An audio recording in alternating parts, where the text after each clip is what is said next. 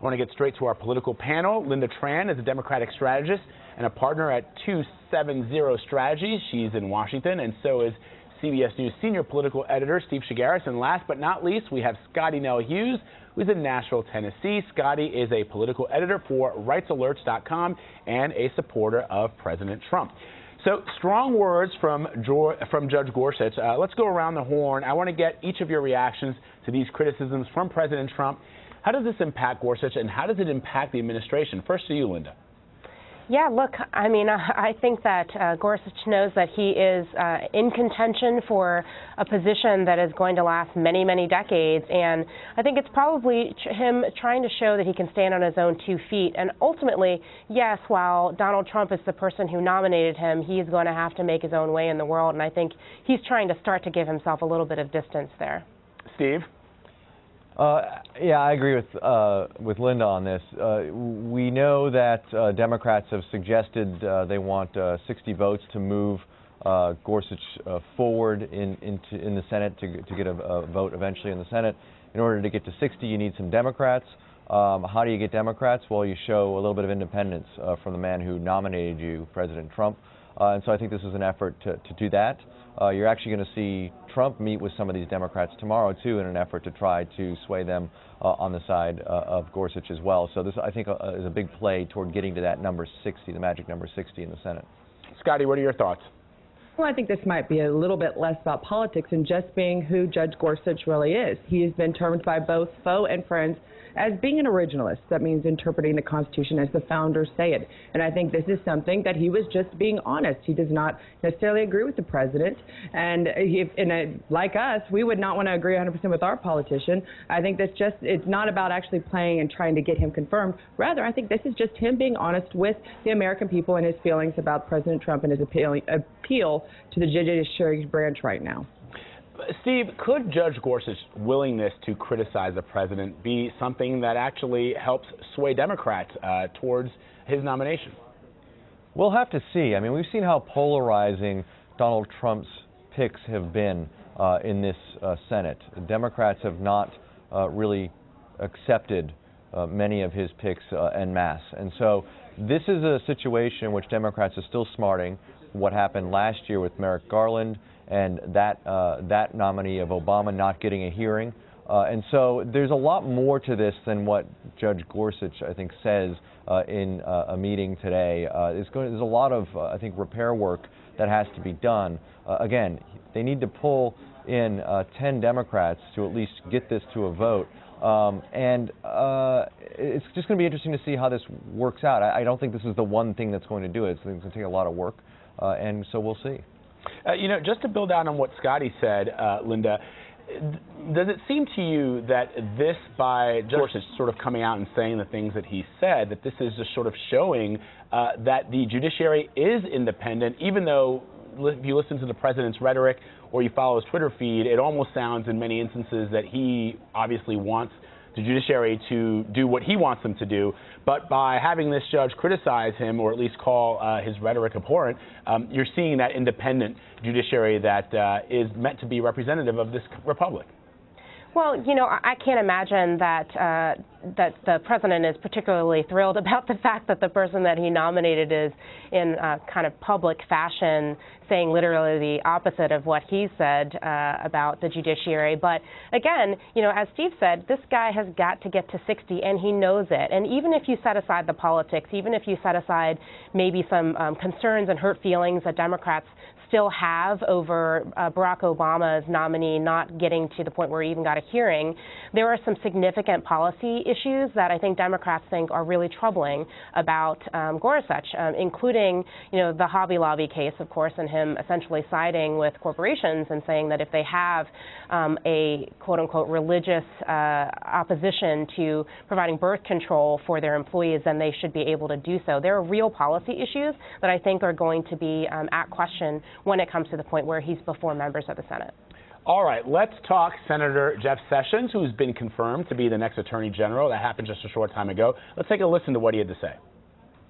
I could think of no greater honor than to represent the people of Alabama in the greatest deliberative body in the history of the world. And that's what I feel about this body. I want to say I appreciate the full debate that we've had. I want to thank those who, after it all, found sufficient confidence in me to cast their vote to confirm me as the next Attorney General of the United States of America. Steve, given the legal challenges the White House is facing right now, what's on the Attorney General's docket going forward? Well, you named one of them, the travel ban, immigration generally. That's going to be a major issue that he's going to have to deal with. Civil rights issues, obviously going to be a big deal for him as well. The voter fraud situation. Donald Trump says he wants to have an investigation into what he thinks is voter fraud. That's going to come through the Justice Department at some point that I'm sure Sessions is going to have involvement in. And another issue which we don't talk a lot about but has come up a bit during the confirmation process is the legalization of marijuana and that happening more and more across the country. What is Sessions going to do about that? He's a pretty hardliner against that. So it's going to be very interesting to see how the federal government and the Justice Department deals with that as it continues to become legal across the country and states. Lynda, as you know, Democrats have staunchly opposed the installation of Senator Sessions as the Attorney General, but there are other confirmation votes on the way, including Health and Human Services Secretary Pick Tom Price and Labor Secretary nominee Andy Putzer. Does this resistance continue? And if so, I mean, what are the end results? I mean, what ends are Democrats trying to achieve because they don't have a majority, as everybody knows, in both houses of Congress? You know, I think there are a couple of things that are happening right now. I think that given all of the various protests that we've seen around the country, essentially since the day after Donald Trump's inauguration, there's certainly a sense from the people that Democrats in Congress represent that they want there to be a resistance to this particular administration, that they want there to be the people who are representing them fighting against some of these nominees and some of the issues that are concerning them and are forcing them out into the streets. So I think there is some value to that regard in having a very strong and united Democratic caucus that is opposing these nominees. The second thing is I think that these elected leaders feel like it is part of their responsibility to make sure there's a full airing of concerns around each of these nominees, even if at the end of the day the math doesn't add up and they aren't able to oppose the nominations once the process has played out. Scotty, what do you think? I mean, look, Donald Trump did not win the popular vote. You're seeing these protests, as Lynda's pointing out, across the country with regards to the immigration ban. You saw the march on Washington right after the inauguration. There are many people on the other side, but a lot of Americans who say perhaps President Trump does not have a mandate in that he's coming into office with that honeymoon period that a lot of other presidents have. Well, this is nothing new, Vlad. This is what you see every time you change an administration. The party in power wants to accomplish. The party not in power wants to resist to make sure nothing gets accomplished. It happens every single time. The problem is you have to have some strategy to it. And in this case, the Democrat strategy actually worked against them. If they would have confirmed, which we would have already known it's going to happen, the Republicans do have the numbers. If they would have confirmed Senator Jeff Sessions from the very beginning, guess what? Yesterday's vote, which was very important for the Secretary of Education, might not have happened when it was that close. We might be in a different situation, and the Democrats possibly could have claimed their first victory with defeating the Secretary of Education nominee.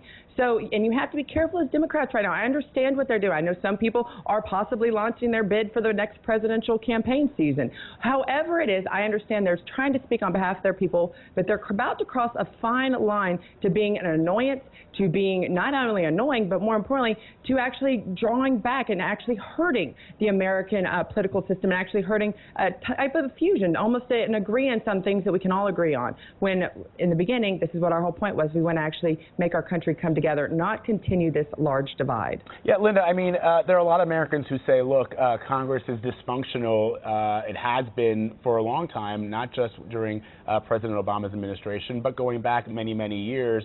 And right now, given that the Republicans have a majority in the House, perhaps in some instances it might make sense for the Democrats to play ball. Do you agree? If there were issues that were before members of Congress that were aligned with their values and felt like they were in the interest of their constituents, I have no doubt that those Democratic leaders would want to work on them. But what we're seeing right now is not about America coming together. There are very, very significant issues about each and every one of these nominees. Those who've been confirmed, including Betsy DeVos, who said that schools ought to have guns in them so that children can protect themselves from grizzly bears, and did not have very simple knowledge when it pertained to laws that are already on the books that she's going to have to deal with, like laws that are meant to protect students with disabilities. These are significant and real concerns, and the fact that Democrats took a principled stand against them does not mean that there's no strategy. Secondly, eventually, there's going to be another election, and the first round that's coming is going to be during the midterms, and some of these members who stood with these nominees who have very significant issues related to them are going to be held accountable for that. That's part of the strategy, absolutely. All right. Sorry, go ahead, Scotty, go ahead. Wouldn't the strategy be good, though? On things that you find, you have people like even Cory Booker said before that he likes school choice. We have him on the record. And other Democrats have said school choice can actually work well in some of these urban areas. Or the Affordable Care Act, where I think across the board everybody agrees pre-existing conditions and staying on your parents' insurance plan until 26 are good things. Why not start building and at least find a foundation to work together on? Because right now the American people doesn't like D.C., both Republicans and Democrats, and would be probably very happy cleaning house completely in 2018. So I think it's in their best interest that they actually find some common ground and build some success stories off of that. Lynda? It is absolutely in the best interest of the American people to find ground, and you're absolutely right. There are things that both Democrats and Republicans ought to be able to come together on, including making sure that the 20 million people who are currently covered under Obamacare continue to have that kind of access to care that they didn't have previously. Currently, what we've been discussing is completely repealing that and not having a plan in place to ensure that those people have coverage. So I don't think it's surprising at all that Democrats feel like we are in a very, very critical existential crisis for the country and are acting accordingly. All right, let's talk about Elizabeth Warren. She was silenced by Mitch McConnell after reading a letter from Coretta Scott King that condemned Jeff Sessions. Our Nancy Cordes caught up with Warren earlier today on Capitol Hill. Take a listen. Republicans say you're impugning the motive of one of your own colleagues, and that's forbidden by Senate rules. I'm sorry, I'm talking about the facts. And they seem to think that Jeff Sessions, because he is a senator, doesn't have to be examined the way anyone else would be who is nominated for Attorney General of the United States. Let's be clear. In reading Coretta Scott King's letter, she doesn't call names. She doesn't throw accusations. She just documents what actually happened. If I can, one of the things she documents, she says that if he is confirmed, he will be given life tenure for doing with a federal prosecution what the local sheriffs accomplished 20 years ago with clubs and cattle prods. She describes in here many elderly blacks were visited multiple times by the FBI, who then hauled them over 180 miles by bus to a grand jury in Mobile, when they could have more easily testified at a grand jury 20 miles away in Selma. The Republicans don't deny that any of this is accurate and that this is what Jeff Sessions did. They just think it was impolite for me to mention it. All right, Steve. So, look, Senator Warren was reprimanded by the Senate. They invoked this Rule 19, which goes back many, many years. It was actually put in place after two senators got into a fist fight on the floor of the Senate back in 1901 or 1902, I think. And then afterwards, a lot of other senators went up there and read that letter, and they weren't reprimanded. So I guess perhaps you could explain to our audience why Elizabeth Warren and why not all the others. Well, she was the first one to read it. And let's look at this from both sides. This whole episode is political, and if anybody wants to make an argument otherwise, feel free. But I don't see how Elizabeth Warren, who knows that this vote is going to go in the favor of the Republicans, thinks that she's going to change anybody's mind by reading this. She's going out there to make a political statement, and that's her right to do so as a senator during debate. And she's playing to a specific audience, which is Democrats who are fired up about this administration, fired up about the idea that Jeff Sessions is about to become the next Attorney General of the United States, and is playing to really Democrats who are looking to who are going to be the leaders of this party. And so she's sort of somewhat auditioning for that role. We saw Cory Booker do something similar during the Sessions confirmation hearings where he was one of the witnesses and sort of got a lot of play for that. Now, on the Republican side, to act as if Mitch McConnell isn't playing politics here would also be a mistake. He had to get up there and prove to his Republicans in the Senate and other Republicans that he is in charge of this whole process, and he can stand up to somebody like Elizabeth Warren. So, from somebody who's been watching a lot of this for a long time, I just think to me this is a very sort of well-orchestrated political show on behalf of McConnell and Warren, and I think anything else is really just, I don't know, it just seems to me that it's not much more than politics here. Yeah, let's get a response real quick from our red and blue side. So, Lynda, political theater or principled stand?